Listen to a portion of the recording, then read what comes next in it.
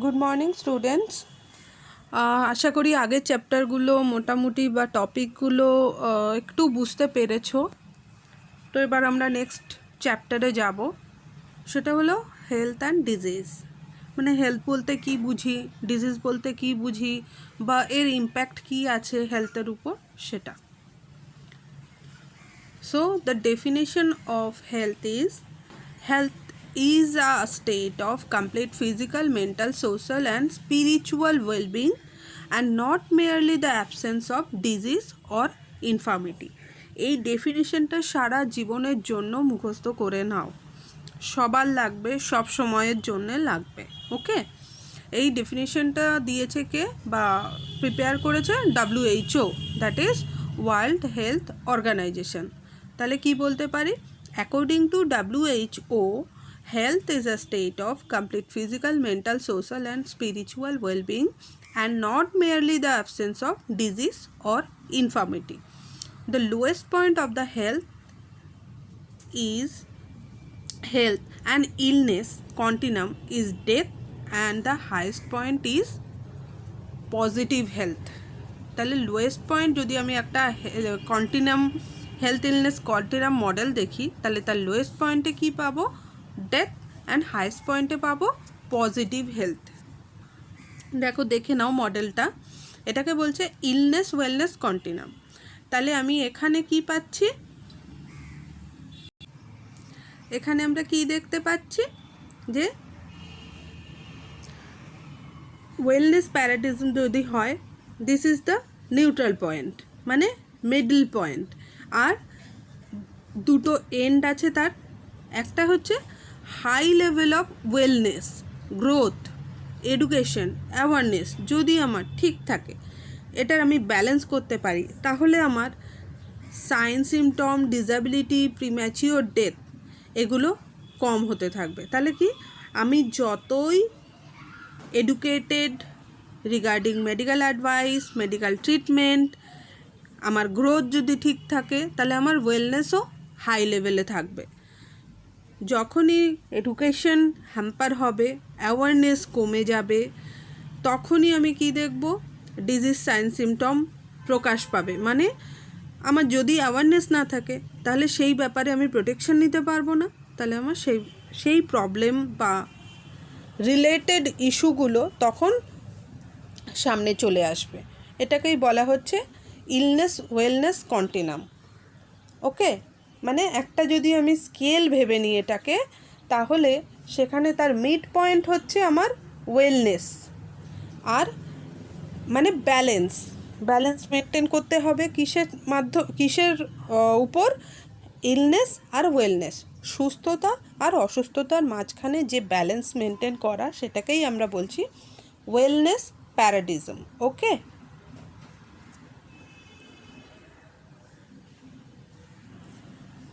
Next, determinants of health status. মানে কী কী ডিটারমিনেন্টসের উপর এই হেলথ স্ট্যাটাসটা ডিপেন্ড করে। ফার্স্ট, বায়োলজিক্যাল ডিটারমিনেন্টস মানে কিছু বায়োলজিক্যাল ফ্যাক্টর, যে ফ্যাক্টরগুলো আমরা প্যারেন্টস থেকে নেক্সট জেনারেশনে পেয়ে থাকি। সেগুলো কি হতে পারে? যেমন কিছু genetic disorders like chromosomal anomalies, metabolism disorder, mental retardation, diabetes mellitus. তোমরা অনেকেই জানো অনেক রকম মেন্টাল রিটার্ডেশন বা মেন্টাল প্রবলেম, ফিজিক্যাল প্রবলেম আমরা সোসাইটিতে দেখতে পাই। তো সেগুলো বায়োলজিক্যাল ডিটারমিনেন্টসের উপর ডিপেন্ড করে। দেখো, বায়োলজিক্যাল ডিটারমিনেন্টস বলতে এখানে কি কি বোঝানো হচ্ছে? Blood pressure, birth weight. যদি লো বার্থ ওয়েট হয় কোনো বেবির, তাহলে ছোটোবেলা থেকেই প্রবলেমটা স্টার্ট হয়ে যায়। সেই জন্যে বাচ্চাদের চেষ্টা করা হয় যতটা সম্ভব নর্মাল বডি ওয়েট গেইন করানোর জন্য। তারপর যদি বার্থ হয়, তাহলে প্রবলেম অনেকটাই কম হয়। নেক্সট, জেনেটিক আমরা পড়লাম। ব্লাড কোলেস্টেরল লেভেল যদি হাই হয়, তাহলে আমরা সবাই জানি hypertension, cardiac arrest, neurological disorder সেগুলো হতে পারে। Blood pressure, body weight, obesity, okay, এগুলো সবগুলোই বায়োলজিক্যাল ডিটারমিনেন্টসে কাজ করে। Next determinants behavioural and socio cultural condition. তাহলে এইটা কী নিয়ে তৈরি হচ্ছে, সেটা হচ্ছে এখানে বলা হচ্ছে যে আমাদের যে বিহেভিয়ারাল বা সোশিও কালচারাল বলা হচ্ছে সেগুলোর মধ্যে আমাদের কিছু রিফ্লেক্ট ফেলে লাইফের, যেমন কি সোশ্যাল ভ্যালুস, অ্যাটিটিউড, অ্যাক্টিভিটিস, মানে একটা পার্সনের সোশ্যাল ভ্যালু, তার অ্যাটিটিউড টুয়ার্ডস সোসাইটি, তার বিভিন্ন অ্যাক্টিভিটি, সেগুলো ডিপেন্ড করে তার সোশিও কালচারাল কন্ডিশন বা বিহেভিয়ারাল কনসার্নের উপর। যেমন তোমার আপব্রিঙ্গিং, তোমার প্যারেন্টসের থেকে তুমি যে সোশ্যাল ইন্টারাকশন ছোটোবেলা থেকে শিখেছো সেটাই কিন্তু তুমি স্কুলে গিয়ে বা সোসাইটিতে যখন তুমি সবার সাথে মিট করবে তখন কিন্তু সেই তোমার লাইফস্টাইলটাই আমরা দেখতে পারবো, আর এটা থেকে বুঝতে পারবো যে তোমার সোশিও কালচারাল কন্ডিশন কেমন আছে বা বিহেভিয়ারাল স্ট্যাটাসটা কী আছে। ওকে, তাহলে সোশ্যাল ডিটারমিনেন্টসের মধ্যে কী কী পড়ছে দেখো। ইকোনমিক্যাল স্টেবিলিটি, তার মধ্যে কী কী আসে, এমপ্লয়মেন্ট, ইনকাম, এক্সপেন্স, ডেট মানে খরচা, মেডিকেল বিল, সাপোর্ট, এগুলোর উপর হচ্ছে ইকোনমিক্যাল স্টেবিলিটি ডিপেন্ড করে। সে কাজ করে কি না, তার ইনকাম লেভেল কত, কত খরচা, তার মেডিকেলি তাকে মান্থলি কত পে করতে হয়, আর সাপোর্ট সিস্টেম কোনো আছে কি না, এটা গেল ইকোনমিক্যাল স্টেবিলিটি। এগুলো সোশ্যাল ডিটারমিনেন্টস। নেক্সট কী আছে, নেবারহুড অ্যান্ড ফিজিক্যাল এনভায়রনমেন্ট। তোমার নেবার দেখলে সবসময়ের জন্যেই ঝগড়াঝাটি, নেক্সট চুরি, কোনো কাজ করে না, মানে ইনকাম কম, পুয়ার ভেন্টিলেশন, তো এসব যদি তুমি দেখতে থাকো তাহলে তোমার মধ্যে একটা সোশ্যাল একটা মানে থিঙ্কিং কাজ করবে যে সোশ্যাল প্রবলেমটাকে কি করে ম্যানেজ করা যায়। এই সোশ্যাল প্রবলেমের উপর ডিপেন্ড করে কিন্তু ফিজিক্যাল হেলথটা মেনটেন করা যায় বা করতে হবে সেই সোশ্যাল ডিটারমিনেন্টগুলোকে ওভারকাম করে। এডুকেশন, আমরা জানি এডুকেশন যত আমরা নেব, যত আমি কোনো একটা প্রবলেম বা টপিকের নলেজটা বাড়তে থাকবে তত তার আমার ইগনোরেন্স কমতে থাকবে। তাহলে নার্সিং সম্পর্কে তোমরা অনেক কিছু জানতে না, কিন্তু এখন আস্তে আস্তে জানতে পারছো, তাহলে এবার থেকে তোমরা আরও কিছু বলতে পারবে নেক্সট জেনারেশনকে যে এইভাবে এই জিনিসটা এগোনো উচিত, বা এটা করলে এই কাজটা তোমার হবে না, বা এটা যদি তুমি করো তাহলে তুমি ইন ফিউচার এটা নিয়ে আরও বেনিফিটেড হবে। ওকে, নেক্সট ফুড। কেউ যদি না খেয়ে থাকে তাহলে প্রায়োরিটি না আমাদের ফুড, আমরা জানি খাদ্য, বস্ত্র, বাসস্থান, তাহলে যদি কেউ না খেতে পারে সে তখন হেলথকে প্রায়োরিটি দেবেই না, আগে basic need. Okay, next community and social context, মানে social integration, support system, community engagement, discrimination. আমরা অনেক সময় দেখি না যে এমন অনেক গ্রাম আছে যেখানে হেলথ সিস্টেমটা ভালো করে পৌঁছায়নি, তাহলে সেখানে মানুষ অ্যাওয়ার নয় রিগার্ডিং হেলথ সিস্টেম বা হেলথ অ্যাওয়ারনেস, হেলথ প্রোগ্রাম বা সোশ্যাল যে হেলথ ইস্যুগুলো আছে সেই রিলেটেড। এছাড়া কি হেলথ কেয়ার সিস্টেম নিয়ে তোমরা আরও পড়বে। তো হেলথ কাভারেজ মানে এই যে কম্প্রিহেন্সিভ কেয়ার যেটার কথা বলছিলাম সেটা, যে কতটা হেলথ কাভারেজ করছে, provider availability, nurse, doctor, health care personnel সবাই আছে কি না সেই সিস্টেমের ভেতর। Provider linguistic and cultural competency, দেখা গেল তোমাকে এমন জায়গায় কাজ করতে দেওয়া হলো যেখানকার লোকাল ল্যাঙ্গুয়েজ তুমি জানো না, তার মানে কি তোমার কাছে ওটা ব্যারিয়ার, তাহলে সেটাও খেয়াল রাখতে হবে, সেটাও ডিপেন্ড করে সোশ্যাল ডিটারমিনেন্টসের উপর। এবং কোয়ালিটি অফ কেয়ার, আমি সব কিছু জানি কিন্তু কেয়ারটা ঠিক আমি সায়েন্টিফিক ওয়েতে দিলাম না, তাহলে কি করে আমার হেলথ আপলিফ্ট করবে না। তাহলে মোটামুটি সোশ্যাল ডিটারমিনেন্টস বলতে এইগুলোকে বোঝা যাচ্ছে: economical stability, neighbourhood and physical environment, education, food, community and social context, health care system. Next environment. এবার এনভায়রনমেন্ট বলতে আমরা কি বোঝাচ্ছি, মোটামুটি এনভায়রনমেন্টকে দুভাগে ভাগ করা হয়, একটা ইন্টারনাল এনভায়রনমেন্ট আর একটা এক্সটার্নাল এনভায়রনমেন্ট। ইন্টারনাল এনভায়রনমেন্টে বলতে বোঝানো হয় পার্সনের cell, tissue, organ, all the body system, যাকে বলা হচ্ছে ইন্টারনাল এনভায়রনমেন্ট। এক্সটার্নাল এনভায়রনমেন্ট বলতে কি, সমস্ত physical, biological, social, cultural factors যেগুলো হেলথের সঙ্গে ডিরেক্টলি পজিটিভলি বা ইনডিরেক্টলি বা নেগেটিভলি এফেক্ট ফেলে, এফেক্টের ফলে কি হয়? ইলনেস। তাহলে সেটাকে বলা হচ্ছে এক্সটার্নাল এনভায়রনমেন্ট। তাহলে এনভায়রনমেন্টকে আমরা দুভাগে ভাগ করলাম, একটা পজিটিভ, একটা নেগেটিভ। পজিটিভ এনভায়রনমেন্ট বলতে inner feelings, inner cells, tissue, organ etcetera of the body system.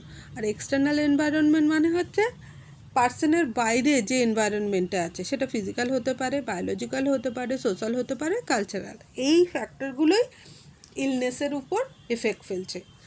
Lifestyle, next আমরা আসছি লাইফস্টাইল। লাইফস্টাইল বলতে কি? হ্যাবিট, মানে কিভাবে একটা পার্সন তার লাইফটাকে লিড করছে। সেই হ্যাবিটের মধ্যে গুড হ্যাবিট হতে পারে, ব্যাড হ্যাবিট হতে পারে, কিছু হেলথ হ্যাবিটও হতে পারে। গুড হেলথ হ্যাবিটের মধ্যে কি? Good environmental sanitation, nutrition, sound sleep, balance diet, regular activities, exercise etcetera. আর যদি তুমি নেগেটিভ হ্যাবিট বলো তাহলে alcoholism, smoking etcetera. Okay, next socio economic condition. Socio economic কন্ডিশনকে আমরা আবার তিন ভাগে ভাগ করতে পারি। তাহলে সেগুলো কি?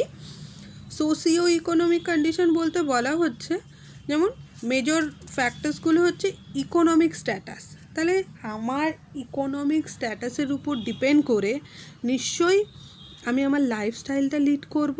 তাহলে এই ইকোনমিক স্ট্যাটাসটা কিসে, কোন ফ্যাক্টরগুলোর উপর ডিপেন্ড করছে? Standard of living, quality of life, family size, pattern of disease etcetera. এইগুলোর উপর ডিপেন্ড করে আমাদের কি হচ্ছে, যে হেলথ স্ট্যাটাস সেটা মেনটেন করানো যায়। তো ইকোনমিক স্ট্যাটাস যদি আমার, যে টাকাটা আমি ইনকাম করছি, আমার যদি এক্সপেন্স বেশি হয়ে যায় তাহলে কি হবে? আমি স্ট্যাটাসটা মেনটেন করতে পারবো না। তাহলে আমাকে আমার স্ট্যাটাস মেনটেন করতে হলে আমাকে সেই অনুযায়ী ইনকাম করতে হবে। আর যদি আমি তা না পারি তাহলে যে ইনকামটা করছি সেটার মধ্যে আমাকে কোয়ালিটি লাইফ লিড করতে হবে। ওকে, তো নেক্সট এডুকেশন। এডুকেশন বলতে বলা হচ্ছে ফিমেল ইলিটারেসির মেন কারণগুলো কি? Poverty, malnutrition, ill health, high infant and child mortality rate. তাহলে যদি ফিমেল মেল ডিস্টিংগুইশ না করে আমরা এডুকেশনটা সবাইকেই দিতে থাকি তাহলে কি হবে? একটু সোশ্যাল প্রবলেমগুলোকে আমরা দূর করতে পারবো, প্রিভেন্ট করতে পারবো।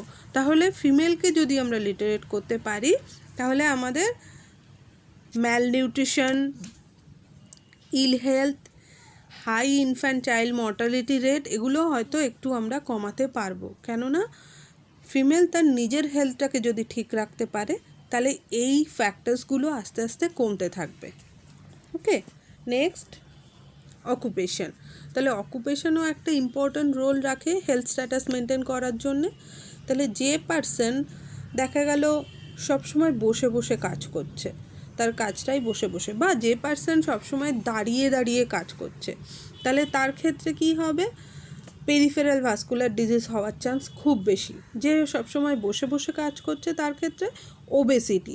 তাহলে এই যে অকুপেশনের উপর ডিপেন্ড করেও কী করে হেলথ ইলনেস আসতে পারে সেটা বুঝতে পারলে। Political system. পলিটিক্যাল সিস্টেম বলতে এখানে বোঝানো হয়েছে যে যেখানে পলিটিক্যাল সিস্টেম ওয়াইজ আমরা তো দেখি যে যেখানে পলিটিক্যাল সিস্টেমের পাওয়ার ভালো সেখানে হেলথ সিস্টেম ভীষণই ভালো, আবার অনেক জায়গায় সেটা হ্যাম্পার হয়। তো এটা এরকম একটা ইস্যু যে হেলথ সিস্টেম, পলিটিক্যাল সিস্টেমের উপর ডিপেন্ড করেও আমাদের হেলথটাকে, মানে ইস্যুটাকে আর কি ইম্পর্ট্যান্ট দেওয়া হয়। এছাড়া কি আছে? Health services. হেলথ সার্ভিসের মধ্যে কি কি পড়ে এবার আমরা দেখে নিই, যেগুলো আমরা হসপিটাল থেকে পেতে পারি। মানে একটা হেলথ সেক্টর আমাদের কি কি ধরনের হেলথ সার্ভিসেস দেয়, সেগুলো কি? ইমিউনাইজেশন দেয়, সেফ ওয়াটার সাপ্লাই থাকে। হসপিটালে যখন তুমি ভর্তি থাকবে দেখবে তুমি যে জলটা পাচ্ছ হয় অ্যাকোয়াগার্ডের জল বা সেফ ড্রিঙ্কিং ওয়াটার। এছাড়া কি প্রেগন্যান্ট ওম্যান অ্যান্ড চিলড্রেনদের কেয়ার, প্রাইমারি হেলথ কেয়ার, এগুলো সবই কিন্তু হেলথ সার্ভিস থেকে পাওয়া যায়। এছাড়া কি আছে, এজিং অফ দ্য পপুলেশন, এটাও ওপর মানে ডিপেন্ড করে হেলথ ডিটারমিনেন্টস, মানে এজ ওয়াইজ প্রবলেমগুলো অ্যারাইজ করে। তো যেমন ধরো 60 এজ হয়ে গেছে, তাহলে আমি কি ভাবতে পারি যে তার এজিং প্রবলেম আস্তে আস্তে শুরু হতে পারে। যেমন কি কোনো ক্রনিক ডিজিজ, যেমন COPD, asthma, diabetes mellitus, hypertension, এগুলো। আবার যদি ইয়াং জেনারেশন হয় 20-30 অ্যারাউন্ড, এই এজটার মধ্যে আমরা কি বেশি প্রবলেম পাই? রোড ট্রাফিক অ্যাক্সিডেন্ট, কাট ইনজুরি, ফল ইনজুরি, এইগুলো। Next gender. জেন্ডার বলতে এখানে বোঝানো হচ্ছে যে যে গ্লোবাল কমিশন অফ ওমেন আছে, তারা একটা মানে এজেন্ডা ফিট করেছে। সেটা কি, যে ওমেন হেলথকে যদি আমরা স্ট্রং করতে চাই তাহলে কি তাদেরকে নিউট্রিশন দিতে হবে, রিপ্রোডাক্টিভ হেলথটাকে কেয়ার নিতে হবে এবং হেলথ কনসিকুয়েন্সেসগুলোকে নজর দিতে হবে। হেলথ কনসিকুয়েন্সেস বলতে এখানে ভায়োলেন্সের কথা বলা হচ্ছে। ভায়োলেন্স মানে কোনো একটা ফিজিক্যাল টর্চার, রেপ ভিকটিম বা অ্যাসল্ট, এই জাতীয় কথা বলা হচ্ছে। তো তারপরে যে তাদের মেন্টাল ফিজিক্যাল কনসিকুয়েন্সেস, সেগুলোকে আমাদেরকে খেয়াল করতে হবে যাতে তার পরবর্তী যে প্রবলেমগুলো সেগুলো যাতে কম করানো যায়। এজিং, এজিং মানে একটু আগেই আমরা বললাম যে এজ রিলেটেড প্রবলেমগুলো অ্যাকর্ডিং টু এজ আমাদেরকে সলভ করতে হবে। লাইফস্টাইল রিলেটেড কন্ডিশন মানে যে যেরকম অকুপেশনে আছে সেই অনুযায়ী যদি তাকে যে লং স্ট্যান্ডিং প্রসিডিওর করে, তাহলে তার ক্ষেত্রে যদি কোনো এক্সারসাইজ সাজেস্ট করা যায় বা হয়তো সেই কাজটাকে একটু রেস্ট ওয়ার্ক এভাবেও ডিভাইড করা যেতে পারে। এইগুলো একটু আমাদের জেন্ডার ওয়াইজ ভেবে দেখতে হবে বা সলিউশন করার চেষ্টা করতে হবে। আর কি আদার্স ফ্যাক্টরের মধ্যে বলা হচ্ছে যে ইনফরমেশন কমিউনিকেশন টেকনোলজি, যেগুলো মানে বিভিন্ন আমাদের অপরচুনিটি দেয় এই প্রবলেমগুলো সলভ করার জন্য, যাতে এই ইনফরমেশনের মাধ্যমে কিছু পার্সন অন্তত অ্যাওয়ার হবে, তাদের নলেজ বাড়বে, যাতে এই ডিটারমিনেন্টসগুলোকে আমরা আস্তে আস্তে কম করতে পারি। মানে সেই সেম জিনিসই হলো prevention is better than cure, মানে এই ডিটারমিনেন্টসগুলোকে যদি আমরা কম করতে পারি তাহলে ইলনেস কম হবে, তাহলে আমার কি হবে, ইলনেস ওয়েলনেস কন্টিনিউমটা ব্যালেন্স মেনটেন করার চেষ্টা করবে। ওকে, তাহলে দেখো ঘুরিয়ে ফিরিয়ে কিন্তু সেই আমরা হেলথ ইলনেস মডেলেই চলে এলাম। ওকে, এই হলো তোমাদের আজকের টপিক। তো দেখো যদি কোনো ডাউট থাকে তাহলে আমরা এবার আলোচনা করে নেব। ওকে, থ্যাংক ইউ।